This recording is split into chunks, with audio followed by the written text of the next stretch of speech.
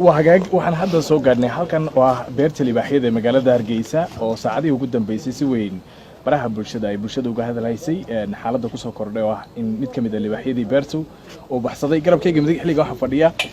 Ali Maxamed Warcade wasiirka arrimaha gudaha ahna mulkiilaha beertan lagu xanaanayay xayawaanka noocyadiisa kala duwan bal xaaladda beertan oo bismillaahir rahmaanir rahiim runtii exin baa garabta ka dhacay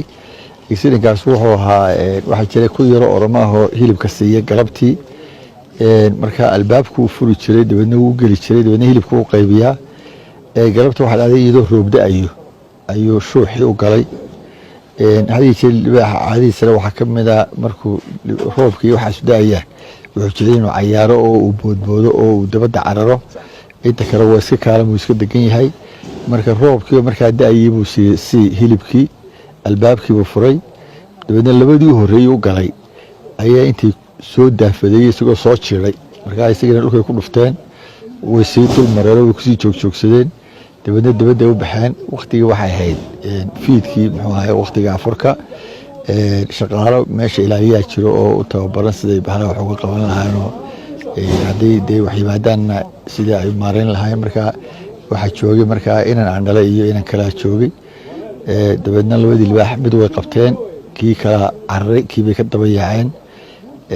iyagoo eriyay dibadna gabadh buu qabtay marka yarkii aan laba xabood ku rido labada xabood buu ku dhuftay uu ka gooyay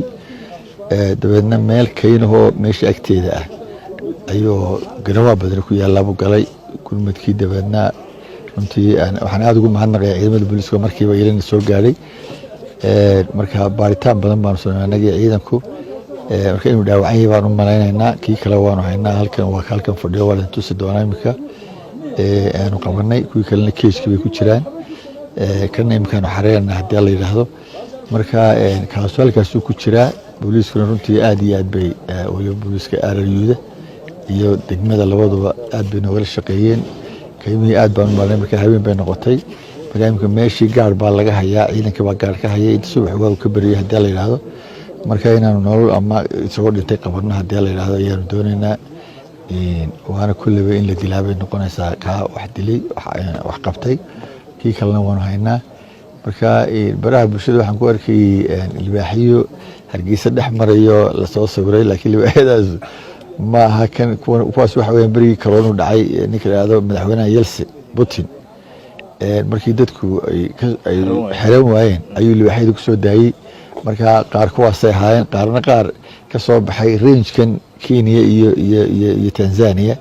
ayay haayeen inaga wali abaar bay ku jiraan meel green bay dhex marayaan marka way dadaaleen qolooyinka soo qabtay laakiin greenkii bay ka saari kari waayeen meel doog la yahay muxuu ayuu dhex marayaa iyo ay waaweyn dalkeena ma joogno ka dhex qeylay guriyihii gaalada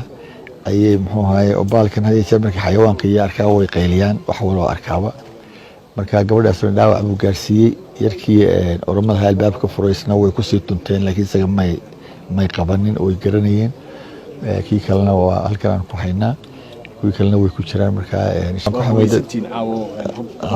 hubku waxa weeye baalkan ku ilaaliyo hadii la is arko baalka hadduu kii su'aalayn dal iska celiyaaba ayaan ugu talagalay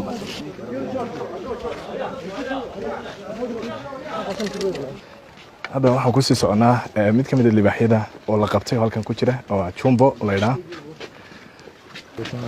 bulshada galadna bulshada garaya